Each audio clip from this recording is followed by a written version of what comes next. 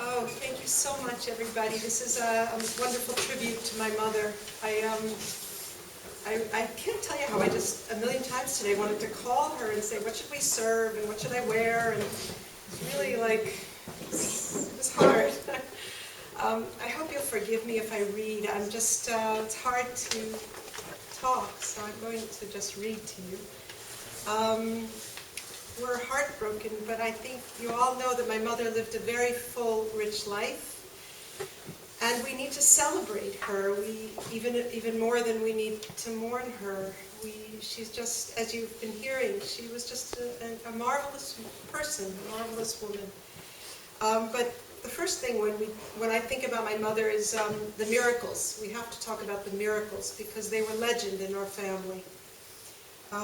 She used to say that there are miracles all around us. We wake up, we breathe, we're just happy. Those are all miracles. But she's correct, but most people take these things for granted.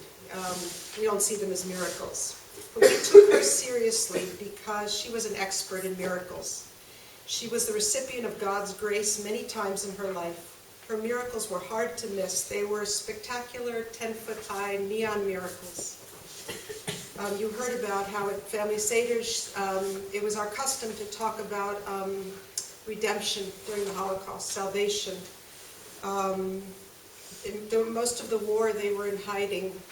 And the day that a Russian soldier notified them that the war was over and that they were free, that was the day that their lives literally began anew.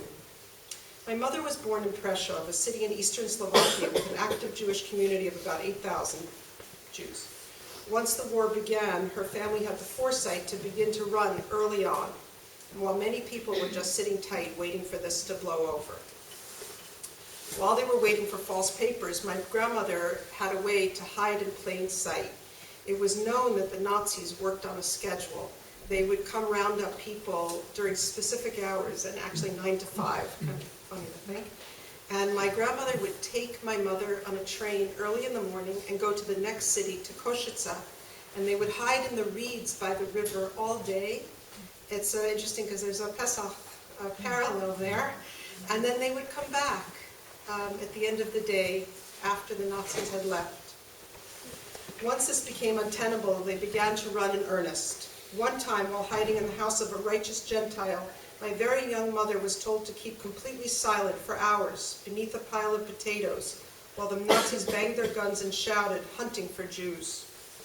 My mother has a memory of clasping her hands together and promising God over and over again that if she survived, she would eat the despicable barley soup that her mother was always begging her to eat. Eventually, hiding in houses became too dangerous, and there was nowhere to go but into the forest, where my mother and her parents lived with a small group of Jews. They lived in dugout wooden bunkers, 12 people in one, 17 in another.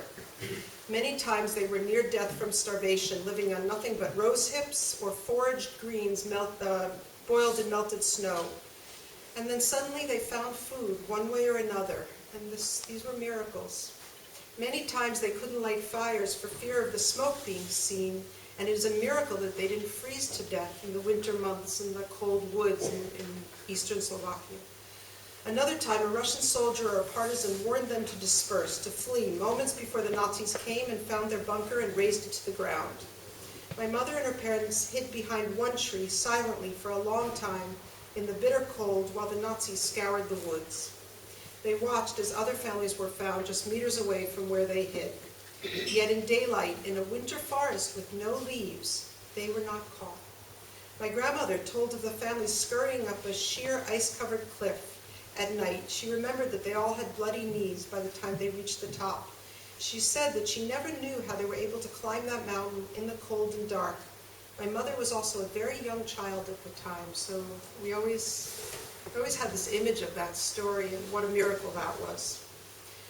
Somehow, those who survived this attack rebuilt the bunkers much deeper in the woods. My mother remembers Pesach Seders, which Anita talked about in the bunker. My grandfather, incidentally, he kept track of the calendar with a matchstick on the wall, so he knew when it was Pesach. Though the war was drawing to a close, they didn't know that, and they were so close to starvation that the men in the bunker decided to risk their lives to venture to the nearest village to get food. They had one valuable watch remaining between them, and they were going to use it as a bribe. At the last moment, they were given a sign that they were falling into a trap, and they turned back. Days later, they were liberated. Again, a miracle. I don't know if you know the history of Slovakian Jews, but very few of them survived, and very, very few Jewish children survived the war, those who were in Slovakia during the war. In post-war Prague, where my mother and her parents lived for 2 years after the war, no one believed my mother's story of survival. They said it was impossible that she survived. She replied, it was a miracle. In the years that followed, my mother and her parents were fortunate to build a new life near my grandfather's sister in America. In 1959, my mother met the man of her dreams at the Shalaka Lodge. You've heard about that already. And it was a wonderful relationship that was to last 53 years. In the early 90s, we were given another miracle. When my father was 53, he was diagnosed with a rare, deadly form of leukemia. He was given a very poor prognosis and told to get his affairs in order. Yet he survived with the help of a combination of smart medicine. My friend Dr. David Felsen was here, and he was very helpful during that time, and I want to say thank you. Sheer will, my father's sheer will, and God's enormous tender grace. My mother was a lion in her advocacy for my father, and her tenacity helped save him. They enjoyed life in a new way after his recovery for an additional 21 years, a gift that we all appreciated. They lived to see their children grown and married, and a new generation of grandchildren was their reward, now ages 27 to 3. A year and a half ago, my mother danced at the wedding of her oldest grandchild with our wonderful new daughter-in-law. What tremendous joy we all merited. Finally, though it is difficult to talk about, there are many blessings to be found in the manner in which my mother died. Hashem fashioned an exit for my mother that was sudden, immediate, and painless while she was on the top of her game. 10 minutes earlier, I had the zechut to have the most normal Sunday morning mother-daughter conversation with her 10 minutes earlier. She was happy, energetic, talking about work, what she did on Shabbat. I was with Susan and Larry. I have no doubt she was also doing 15 things while she was talking to me, including getting dressed in her usual elegant way for a wedding that afternoon. She was beautiful, sharp, sparkling, and magnificent until the last minutes. We will miss her painfully, but how many people get that, and we appreciate that. We're profoundly grateful for the kindness that God showed her at the end and throughout her life. Shir HaShirim mentions that we should return to the house of our mother for that which she's taught us. My mother left a powerful legacy, and I'd like to share with you what she's taught me. Work. My mother was a role model to me. She was a brilliant businesswoman. She was smart and talented. She worked as an interior designer before branching out into real estate. Real estate suited her as she loved the art of the deal, but she also knew how to listen, to empathize, and to help people through the often difficult transition of buying or selling a home. She had enthusiasm for her work, passion, and independence. At 78, she was still excited to start new things. To all of our children, as you embark on your careers, carry the lessons of your grandmother with you. Deal fairly with people. During Shiva, we repeatedly heard about how incredibly even-handed and honest your grandmother was. I know that she's helped some of the people here sell their houses and help them make aliyah. It's nice to see you too, but people often said to us, we loved our broker. Nobody loves their broker. We loved our broker. She earned her fine reputation in business by being straight and principled. She loved to negotiate. She was very good at it. She was a good listener, and she loved to tell me that negotiating meant empowering people to arrive at conclusions themselves. And I took that also. That also applies to parenting, by the way. It was a very, very good lesson in general.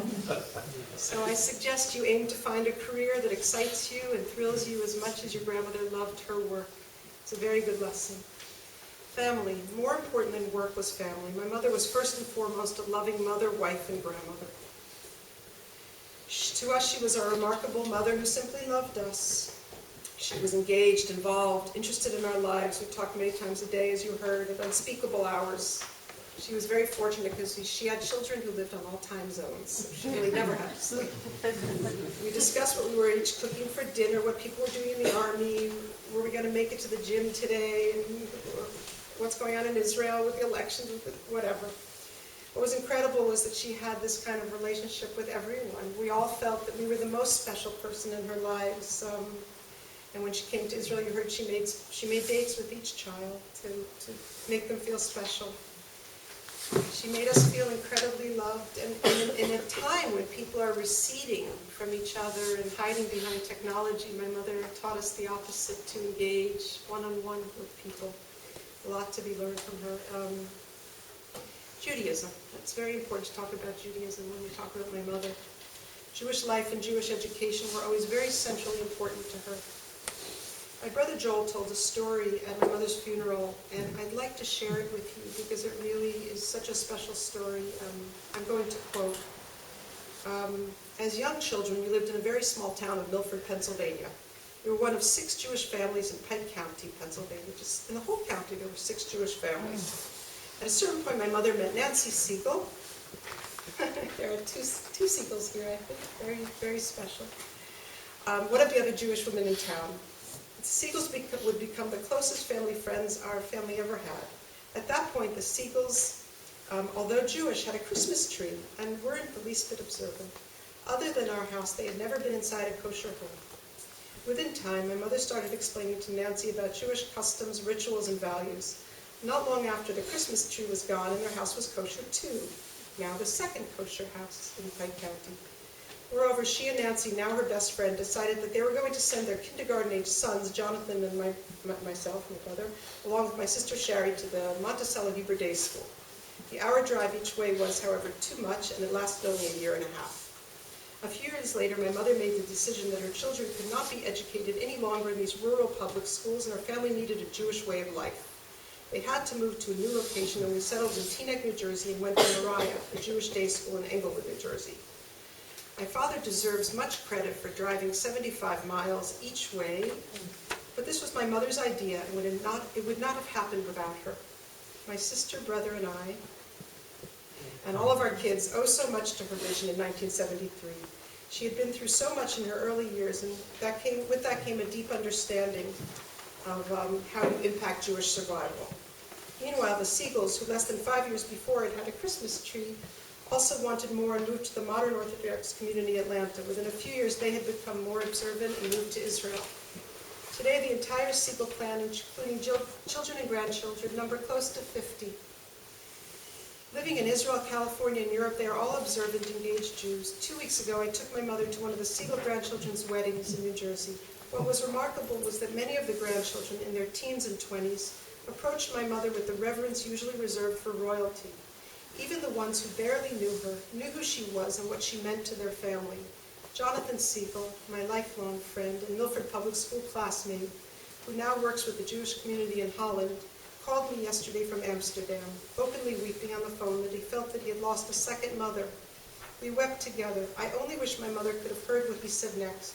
Without Vera, he said, none of our family would be observant in the least. We all owe everything to her. My mother's actions had a direct impact on future generations of people even outside of her own family. Though it was not easy for my parents or for us when we made Aliyah, moving away from the house next door to them, to their enormous credit, they became our biggest Zionist fans. They were so proud of us and how we built such a good life here. No doubt they would have loved to see their first family chayelet, Naomi, in uniform. Sam completed his active duty on Monday this week. And in their names, I'd like to thank Hashem for having brought all 3 of our sons safely through their army service. I pray that Hashem continues to watch over our soldiers, our people, and our land. In her later years, my mother took it upon herself to publicly speak to groups about the Holocaust. This was never comfortable for her, as she never felt like she was the survivor.